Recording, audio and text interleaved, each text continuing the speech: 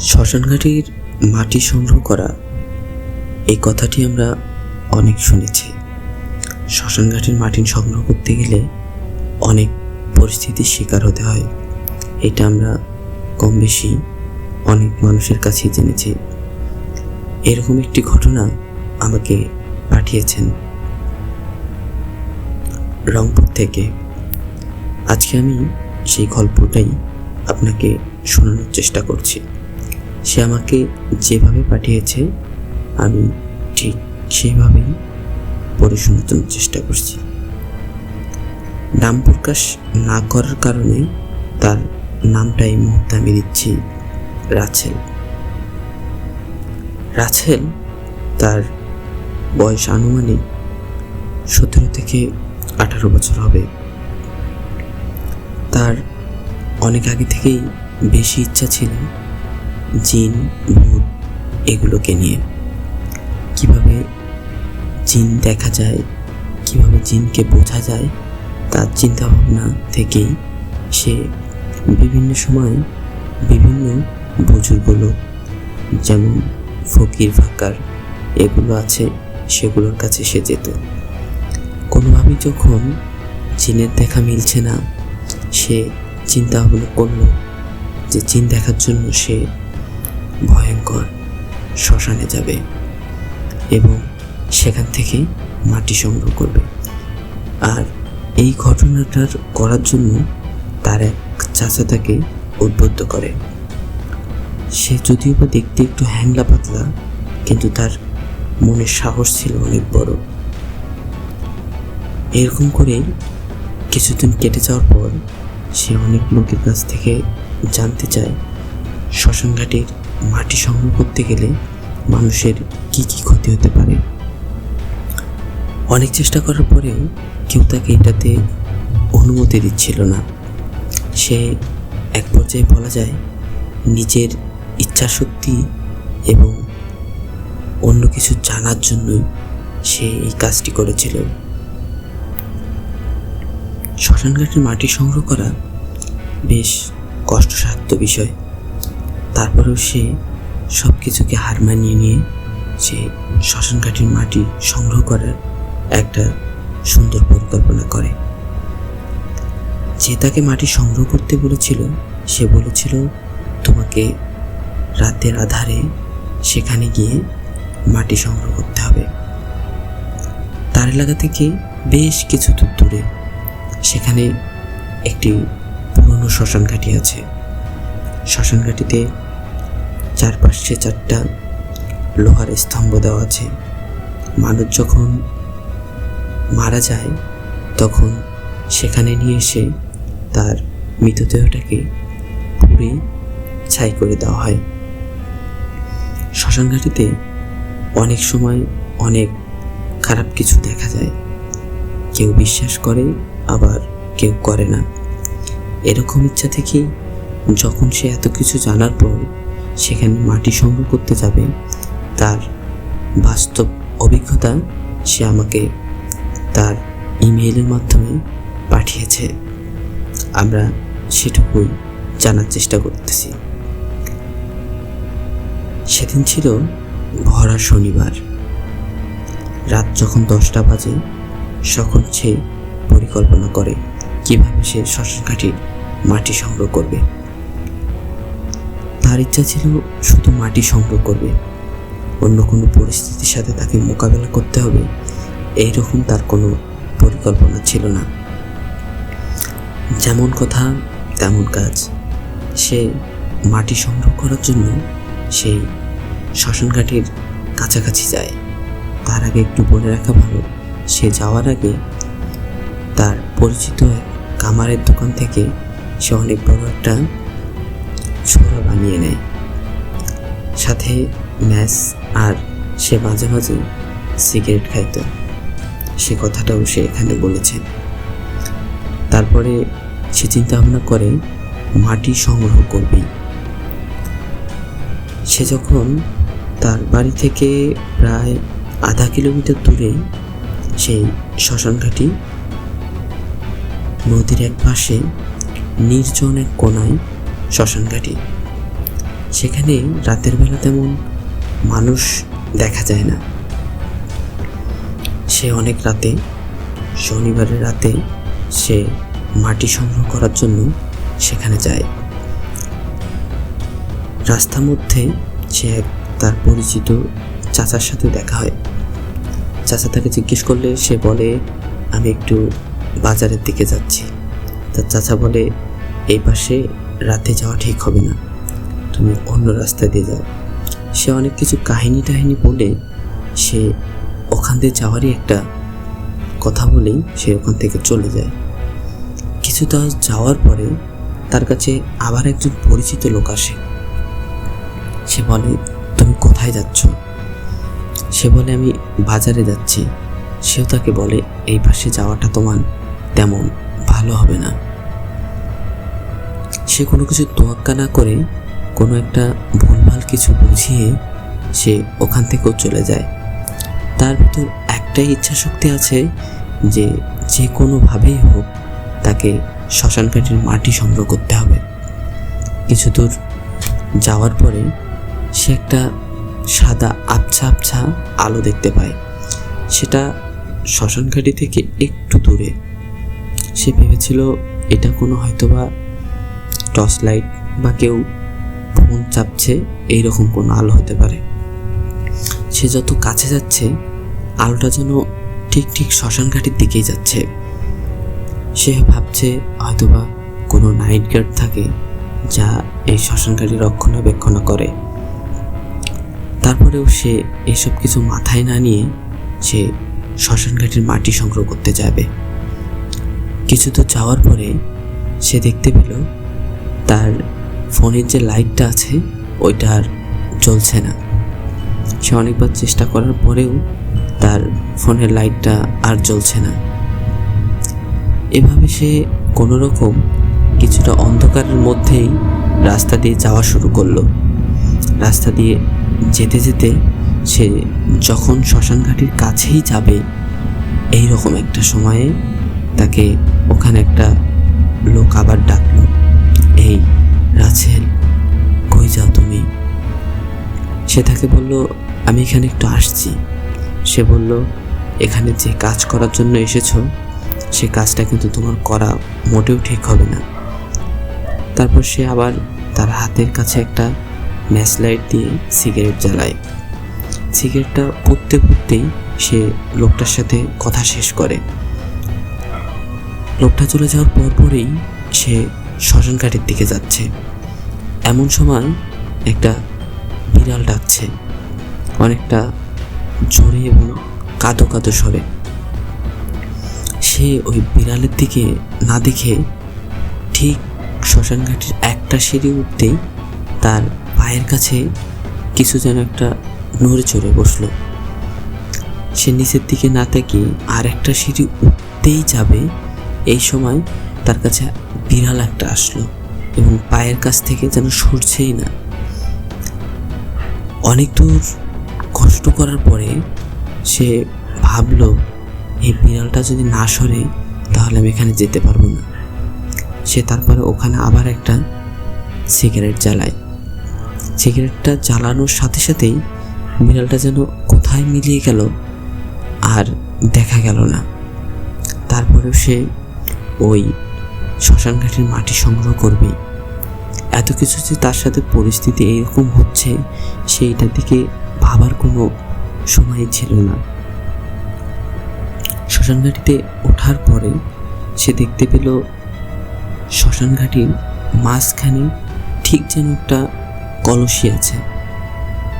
আর সে অনেকভাবে ভাবলো যেখানে হয়তো কেউ মারা যাওয়ার পর এই কলসিটা রেখেছে তাদের অস্থিগুলো বিসর্জন দেওয়ার জন্য। এভাবে বলেই সে শ্মশানঘাটি যেখানে পোড়ানো হয় সেখান থেকে মাটি সংগ্রহ করতে যাবে। এমন সময় তাকে পেছন থেকে কি যেন একজন ডাক দিল, রাছেল, তুমি যে কাজটা করছো এই কাজটা মোটেও ঠিক হচ্ছে না। সে পিছনের দিকে না তাকিয়েই সে আবার সেই শ্মশানঘাটির মাটি সংগ্রহ করার জন্য নিজের পা থেকে দুই পা একটু ফাঁক করে ওখানে তার বুড়ো আঙ্গুলের যে দুই আঙ্গুলের মাঝখানে যে ফাঁকা অংশটা আছে সেখান দিয়ে একটু মাটি সংগ্রহ করে হাতে নেয়। হাতে নেওয়ার সাথেই ওখানে কান্নার আওয়াজ ভেসে আসে। তার ভিতরে একটু মনে মনে ভয় অনুভব হচ্ছিল। তারপরেও তার সিদ্ধান্ত থেকে সে একটু নড়েনি।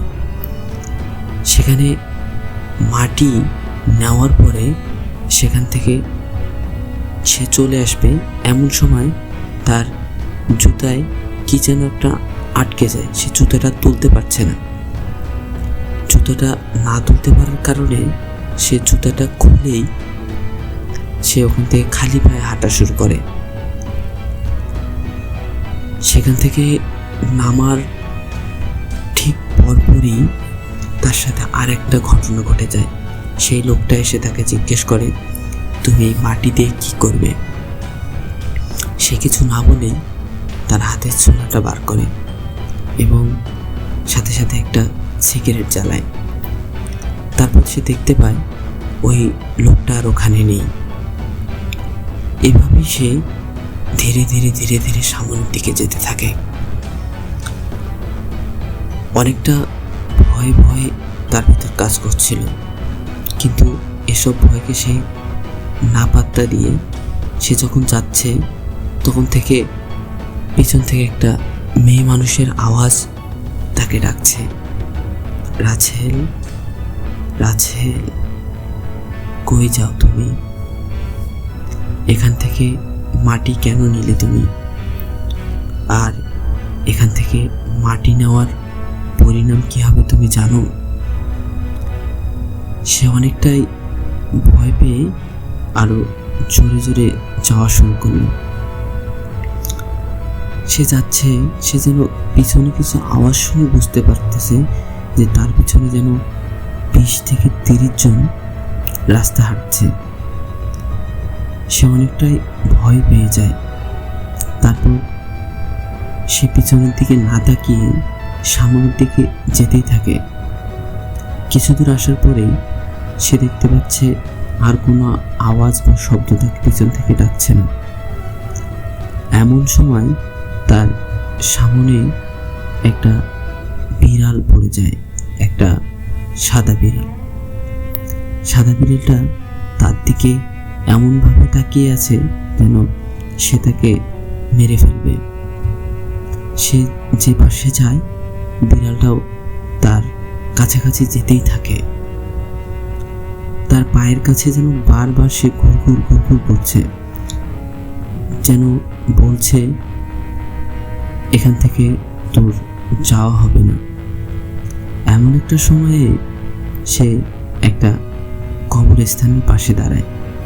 কবরস্থানের পাশে দাঁড়ানোর সাথে সাথেই আর সে কোনো কিছু দেখতে পায় না।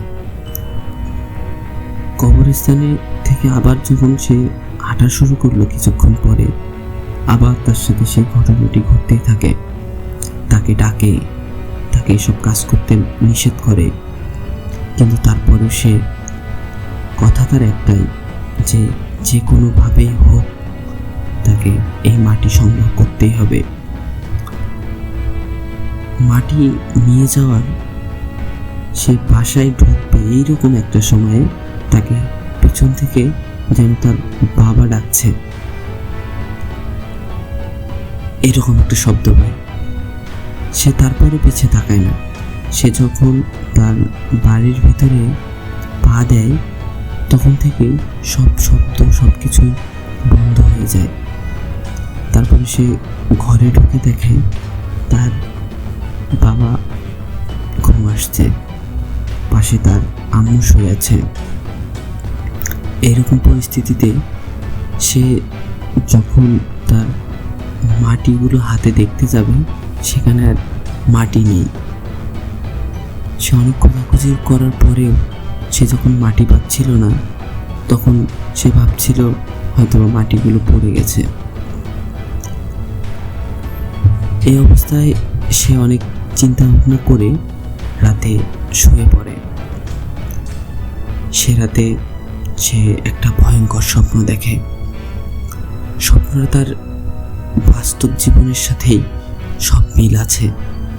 সে তার সব কিছু এভাবে দেখতে পাচ্ছিল, সে কি করেছে, কীভাবে মাটি সংগ্রহ করেছে।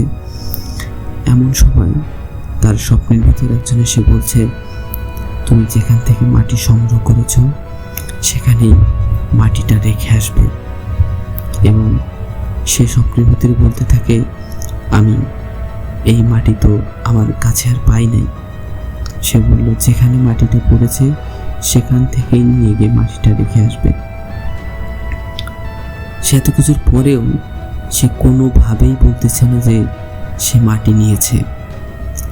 তারপরে সে ঘুম থেকে উঠে, একটু ঘুম থেকে বিচলিত হয়ে উঠে দেখে যে সব কিছু ঠিকঠাক, কোনো সমস্যা নেই। তারপর সে আবার ঘুম আসার চেষ্টা করে, কিন্তু তার শরীরের ভিতর জ্বালা হচ্ছিল, গাটা জ্বলছিল, সবসময় তার গা জ্বলা শুরু করে।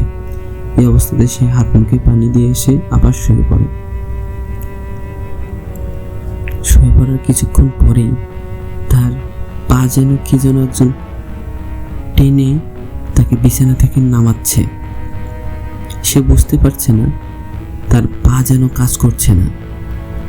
অনেকটা গ্রাম্য ভাষায় আছে যে বোবা ধরার কিছু সায়েন্টিফিক অর্থ আছে। সে সব জানার পরেও সে ভাবছিল হয়তোবা আমার সাথেও এরকম কিছু হচ্ছে। স্বপ্নের ভিতরে বারবার তাকে বলা হচ্ছিল যে মাটিটা ফেরত দিয়ে আসতে। সেই কথা ভাবতে ভাবতে কখন যেন ঘুমিয়ে যায় সে জানতেই পারে না। পরের দিন সকালে সে দেখতে পায় যে তার বাড়ির উঠোনের কাছে সেই সাদা সাদা কিছু মাটি পড়ে আছে। সেই মাটিগুলো সে সংরক্ষণ করে ঘরের ভিতরে রাখে। ঠিক একদিন পরেই সে দেখতে পায় সে যেখানে মাটিগুলো সংরক্ষণ করে রেখেছে সেখানে রাতের বেলা অনেক আলো আসতেছে তার ঘরে। সে ঘরে লাইট জ্বালানো নাই, তারপরে যেন মনে হচ্ছে এখানে লাইট জ্বলছে। আর ওই মাটিটা এমনভাবে আলোকিত হচ্ছে, পুরো ঘরটা যেন সব কিছু দিনের মতো পরিষ্কার, বা অনেকটা আমরা বলতে পারি ঘরের লাইট জ্বালালে যেমন পরিষ্কার দেখা যায় ঠিক তেমনটাই দেখা যাচ্ছে। সে নিজে হাতে যখন ওই মাটিগুলোর কাছে ছুঁতে ধরে সেই সময় আবার আলোগুলো বন্ধ হয়ে যায়। এরকম ঘটনা তার সাথে কয়েকদিন ঘটতে থাকে। তার 3 থেকে 4 দিন পরে তার গায়ে অনেক জ্বর আসে। এত পরিমাণ জ্বর সে বিছানা থেকে উঠতে পারছে না, কিন্তু তার মনের ভিতরে একটাই ধারণা, হয়তোবা এই শ্মশান ঘাটির মাটির জন্যই তার সাথে এমনটা হচ্ছে। কথা না বাড়িয়ে আমরা নতুন একটা ঘটনা শুনে আছি। ঘটনাটি একদম বাস্তব সত্য বলে আমার কাছে মনে হয়েছে। এই ঘটনাটি আমাকে পাঠিয়েছে একজন গার্মেন্টস কর্মী। সে গার্মেন্টসের চাকরি করা অবস্থায় সে একটি বাসাতে থাকত এবং সেখান থেকেই তার এসব জানার একটা অনুভূতি সে প্রকাশ করেছে। সে নিয়মিত আমার ঘোষ 360 এই ইউটিউব চ্যানেলের সব ধরনের ভূতের কাহিনীগুলো শোনে এবং সেখান থেকেই আমাকে সে উদ্বুদ্ধ হয়ে এসব পাঠিয়েছে। সে প্রতিদিনের মতোই নিয়মিত সকাল 8টায় যায়, আবার রাত 10টা নাগাদ ফেরত আসে। তার বাসার ঠিক সামনে একটি বাসায় একটি বেল গাছ ছিল। বেল গাছটার পাতা ছিল না, শুধু মাঝে মাঝে পাতা গজাতো, আবার শুকনো মৌসুমে তা শুকিয়ে যেত। কিন্তু সেই বেল গাছটিতে প্রতি বছরেই 3 থেকে 4টা বেলের বেশি ধরত না। আর সেই বেলগুলোর সাইজটা অনেকটাই কমলা লেবুর মতো ছিল। অনেকদিন থেকেই সে চিন্তা ভাবনা করে সে সেই বেল গাছের বেল খাবে। বেল খাওয়ার জন্য সে মাঝে মাঝে রাতে যখন আসে, সে তার হাতে থাকা মোবাইল ফোনের টর্চ দিয়ে সেই বেল গাছের নিচে দেখে। অনেকদিন দেখার পরেও সে বেল পায় না। এভাবে 1 বছর 2 বছর যখন কেটে যায়, বেলগুলো কোথায় যায়, কে খায়, এই বিষয়টা সে জানে না। একদিন সে তার বাড়ি মালিককে জিজ্ঞেস করে, আসলে এই বেল গাছে বেলগুলো কে খায়? আমি তো একদিনও দেখলাম না আপনারা বেল খাচ্ছেন। বাড়ি মালিক অনেকটা হতভম্ব হয়ে তাকে বলে, আমি জানি না কে খায়, তবে এই বেল গাছটার সাথে অনেক একটা ইতিহাস জড়িয়ে আছে আমার। সে আর প্রশ্ন না করে সে তার মতো কাজে চলে যায়। একদিন সে দেখতে পারে বেল গাছটার ঠিক মাথায় একটা সাদা আবরণের মতো আছে। সে ভয় না পেয়ে সেই বেল গাছটার দিকে তাকায়, আবার একটু দেখে যে আছে কিনা ওই সাদা অবয়বটি। এভাবেই সে কয়েকদিন লক্ষ্য করার পরে হঠাৎ একদিন দেখে সেই বেল গাছের নিচে যেন একটা বেল পড়ে আছে। সে কৌতূহলবশত সেই বেল গাছ থেকে বেলটি নিতে যায়। যখন সে বেলটি নিতে যায়, আনুমানিক সময় 11টা থেকে 11:30 হবে। বেল গাছের ঠিক নিচে যখন সে বেলটি নিতে যায়, দেখে ওখানে বেলটা অনেকটা জরাজীর্ণ, শুকনো হয়ে পড়ে আছে, যেন বেলের ভিতর কোনো রস নেই। তারপরও সে বেলটি নিয়ে তার ঘরে চলে আসে। বেলটি নিয়ে আসার পর থেকেই তার সাথে বিভিন্ন ধরনের অলৌকিক ঘটনা ঘটতে থাকে। বেলটি যখন সে নিজের ঘরে এনে রাখে, তখন সে দেখতে পায় বেলটা শুকনো সে কুড়িয়ে নিয়ে এসেছে, কিন্তু ঘরে আনার পর যেন বেল থেকে একটা গন্ধ আসছে। অনেকটাই পাকা বেলের যেরকম গন্ধ হয়, ঠিক সেই রকমই গন্ধটা হচ্ছিল। সে হয়তো ভেবেছে হয়তোবা রাতের আলোতে সে ওইভাবে বুঝতে পারেনি বেলটা পাকা কিনা বা শুকনো কিনা। তারপর সে বেলটা যখন হাতে নেয়, দেখতে পায় বেলটা থেকে কিছুটা যেন রস নিচের দিকে পড়ছে। সেদিন অনেক রাত হওয়ার কারণে তাকে সকাল 8টায় অফিস যেতে হবে। এজন্য সে বেলটা তার ঠিক খাটের পাশেই। তার আগে বলে রাখা ভালো তার ঘরের ভিতর কী কী আছে। তার ঘরে একটা আলমারি আছে, পাশেই একটা চেয়ার রাখা আছে, আর জরাজীর্ণ একটি খাট আছে। এই নিয়েই তার সংসার। সাথে আরো 2টা মোড়া আছে, যে মাঝে মাঝে সে ওখানে বসে খাওয়া দাওয়া করে। সে বেলটা তার ঠিক বিছানার পাশ থেকে একটু দূরে রাখে। রাতে সে বেলের গন্ধটা অনেক অনেক ভালো লাগছিল। এমন সময় সে যখন ঘুমিয়ে পড়ে, সে ঘুমানোর মধ্যে স্বপ্নে দেখে কেউ যেন তাকে ওই বেল গাছটার নিচে রাখছে। একটা সেই রকম সাদা অবয়ব, শুধু হাতগুলো তার দেখা যাচ্ছে। সে হাত দিয়ে ইশারা করে করে বারবার তাকে ডাকছে। সে স্বপ্নের মধ্যে এসব দেখে নিজের শরীর তার ঘামতে শুরু করে। ঘামতে ঘামতে তার এমন অবস্থা হয়ে গেছে, সে পুরো শরীর ঘামানোর পর তার বালিশ থেকে শুরু করে পুরো শরীর যেন একদম পানির মতো হয়ে গেছে। অনেকটা যদি আমরা তার শরীরটা গামছা দিয়ে মুছে ফেলি, দেখা যাবে এখান থেকে আধা পোয়ার মতো পানি বের হবে। এমত অবস্থায় তার ঘুমটা যখন ভেঙে যায়, সে বুঝতে পারে তার শরীরে কোনো ঘাম নেই, সব কিছু স্বাভাবিক। তার মাথার উপরে যে ফ্যানটি আছে, সেই ফ্যানটি যেন ভৌ ভৌ শব্দ করে, সেটা আগে থেকেই এই শব্দটা করে। সব মিলিয়ে তার কাছে একটা হরর একটা পরিস্থিতি তৈরি হয়।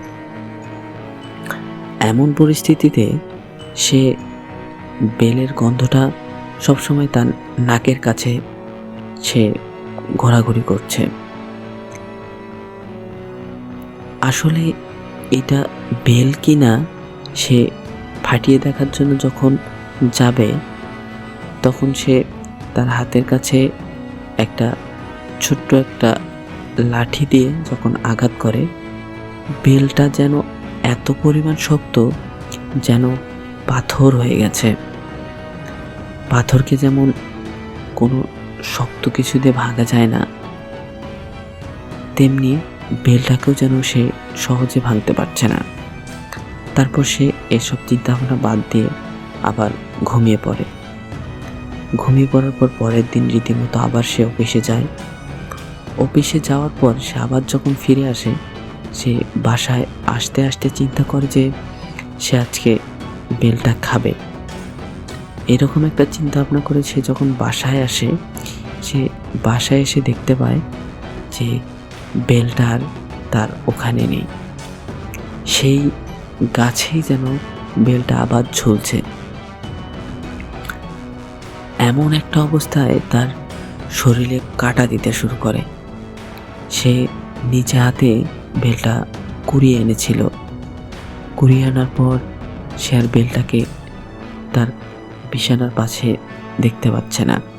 সে রাতে যে লাঠিটা দিয়ে ওই বেলটাকে আঘাত করেছে, সেই লাঠিতেও অনেকটা থ্যাতলানো অবস্থায় আছে। তাতে করে বোঝা যাচ্ছে যে কোনো শক্ত কিছুতে আঘাত করেছে। তার নমুনা হিসেবে ওই থ্যাতলানো অংশটা বোঝা যাচ্ছে ভালোভাবে। সে যখন আবার সেই বেল গাছটার নিচে একবার যায়, তখন ওই বেল গাছটার নিচ থেকে আবার সেই রকম একটা সুন্দর বেলের গন্ধ আসতে শুরু করে। এমন সময় তার ঠিক মাথার কাছেই একটি বেল পড়ে যায়। গাছ থেকে পড়ে যাওয়ার পর সে এবার চিন্তা ভাবনা করে সে বেলটা নিবে কিনা। এরকম পরিস্থিতিতে সে যখন সেই বেলটা নিতে যায়, তখন তার মাথার যখন একটু নিচু করেছে, কেউ যেন তার মাথার উপর 100 থেকে 150 কেজির কোনো একটা হাত যেন তার ওই মাথার উপর পড়েছে। সে এত চেষ্টা করছে কিন্তু মাথাটা তুলতে পারছে না। তার শরীর থেকে ঘাম ঝরছে। সে কথা বলার চেষ্টা করলেও সে কথা বলতে পারতেছে না। সে বুঝতে পারে তার নিঃশ্বাস ধীরে ধীরে বন্ধ হয়ে যাচ্ছে। এমন একটা অবস্থায় সে অনেক দোয়া কালাম পড়া শুরু করে। তারপর কিছুক্ষণ পর তার ওই হাতটা যেন তার মাথার উপর থেকে চলে যায়। এভাবেই সে নিজেকে বাঁচিয়ে আবার সে তার ঘরে চলে আসে। ঘরে চলে আসার পরে সে দেখতে পায় যে তার বিছানার পাশেই আবার বেলটা ওখানে আছে। অনেকটা ভয় পেয়ে সে বেলটা হাতে নিয়ে দেখে যে আগের মতনই সব কিছু আছে। সে এখন চিন্তা ভাবনা করছে, আমি যেহেতু একটু ঘুম কম পারি, যার কারণে এরকম একটা পরিস্থিতি হওয়াটা স্বাভাবিক, হয়তোবা আমারই ভুল হয়েছে। রীতিমতো সে খাওয়া দাওয়া করে আবার ঘুমিয়ে যায়। ঘুমিয়ে যাওয়ার পরে সে আবার স্বপ্নে দেখতে পায় কোনো একটা সাদা অবায়ব তাকে ওই বেলগাছের নিচে রাখছে। তার টাকার এবারের হাতছানি দেওয়ার পরিবর্তন দেখতে পায়। মনে হচ্ছে যেন কোনো সহযোগিতা চাচ্ছে তার কাছে। সে চাইলেও তাকে সহযোগিতা করবে কিনা এই বিষয়ে সে অনেক ভয় পেতে থাকে। এমন একটা পরিস্থিতি তার ভিতর দাঁড় হয়ে গেছে যে সে ওখানে না যেতে পারছে, না এইসব নিয়ে চিন্তা ভাবনা করতে পারতেছে। এই পরিস্থিতিতে এমন একটা বিভীষিকাময় পরিস্থিতি তৈরি হয় যে অনেকেই বলে যে মানুষকে যেমন বোবা ধরে, আমাদের একটা গ্রাম বাংলায় কথা আছে যে বোবা ধরেছে, সেম তার মতোই একটা কাহিনী হচ্ছিল। সে তার হাতগুলো তুলতে পারছিল না, আঙ্গুলগুলো নাড়াতে পারছিল না। সে অনেক চেষ্টা করার পরেও সে তার হাতটা উপরের দিকে তুলতে পারছে না। পুরো শরীর যেন তার ঠান্ডা হয়ে যাচ্ছে। ধীরে ধীরে ধীরে ধীরে সকল হৃদযন্ত্র থেকে শুরু করে রক্ত চলাচল সব কিছু যেন বন্ধ হয়ে যাচ্ছে। নিঃশ্বাস সে আস্তে আস্তে নিচ্ছে। সে ভাবছে, আমি মনে হয় আর বাঁচবো না, আমি মনে হয় এবার মারাই যাব। এমন একটা পরিস্থিতিতে তার ঘরে কেউ একজন এসে তাকে দরজাতে যখন ঠকঠক শব্দ করে ডাকে, তখন হঠাৎ করেই তার ঘুমটা ভেঙে যায়। সে দেখতে পায় পাশের বাড়ির এক ভাবি এসেছে তার কাছে। তার একটা জিনিসের দরকার। এমন একটা অবস্থায় সে সেই জিনিসটা দেওয়ার পরে সেই ভাবিকে সে বলল, আসলে এই বেলগাছটা সম্পর্কে আপনি কি কিছু জানেন? তখন সেই ভাবি তাকে বলে, এই বেলগাছটা আমি যখন এখান থেকে এসেছি তখন থেকেই আমি এই অবস্থায় দেখতে পাচ্ছি। বেলগাছটা কেউ কাটার সাহস করতে পারে না, এবং এই বেলগাছের কি আছে সে আজ পর্যন্ত জানে না। সেও দেখেছে একটা সাদা অবয়ব। সে আসলে এসব চিন্তা ভাবনা করেনি ওইভাবে। সে ভেবেছে হয়তোবা কোনো কিছু ওইখানে আছে। এমন একটা অবস্থায় যখন তার সাথে গল্প শেষ করে, সে যখন বাসায় চলে যায়, সে যখন রুমে দরজা লাগিয়ে দেয়, তখন সেই বেলের গন্ধ তার নাকের কাছে যেন বারবার লাগতেছিল। এই পরিস্থিতিতে সে চিন্তা ভাবনা করে তার কি করা উচিত। এমন একটা সিচুয়েশনে সে আবার সাহস করে হাতে সেই মুঠোফোনের লাইটটি নিয়ে সে বেলগাছটার নিচে যায়। নিচে যাওয়ার পরে সেদিনের মতো আবার তাকে তার মাথাটা এমনভাবে নিচের দিকে ঠাসানো হয় যে সে আর কথা এবং তার মাথা উপরের দিকে তুলতে পারছে না। সে দোয়া কালাম পড়বে, এই পরিস্থিতিটাও তার কাছে দাঁড় হচ্ছে না। এমন একটা পরিস্থিতি তার সাথে সিচুয়েশন হবে, সেইটার জন্য কখনোই প্রস্তুত ছিল না। এইরকম একটা ঘটনা সে যখন এসব বুঝতে পারে, সে পরে এই বিষয়টা একজন মুয়াজ্জিনকে জানালে সে বলে, অনেক দিন আগের কথা, এই বেলগাছটা তখন আরও অনেকটা বড় ছিল। এই বেলগাছে একটা মেয়ে মানুষ গলায় ফাঁসি দিয়ে মারা যায়। তারপর থেকে এই বেলগাছে মাঝে মাঝে বিভিন্ন পশু, বিভিন্ন মানুষের ডাক কিছুটা গোমরানোর শব্দ মাঝে মাঝে শোনা যেত। এই বেল গাছটা একজন এই বাড়িওয়ালার ছেলে কাটতে গেলে সেই বেল গাছটা থেকে রস বা কিছু পড়েনি। এই বেল গাছটা থেকে পড়েছিল মানুষের তাজা রক্ত। ঘটনা সে বিশ্বাস করবে কি না এটাই ভেবে পাচ্ছিল না। এমনটাও কি হওয়ার সহজ কিছু, বা এমনটাও কি হতে পারে বেল গাছ থেকে মানুষের রক্ত আসতে পারে। সে সবে পাত্তা না দিয়ে সে তার বাসার ভিতর সেই বেলটা আবার হাতে নেয়। তার খাওয়ার আর সাহস হচ্ছিল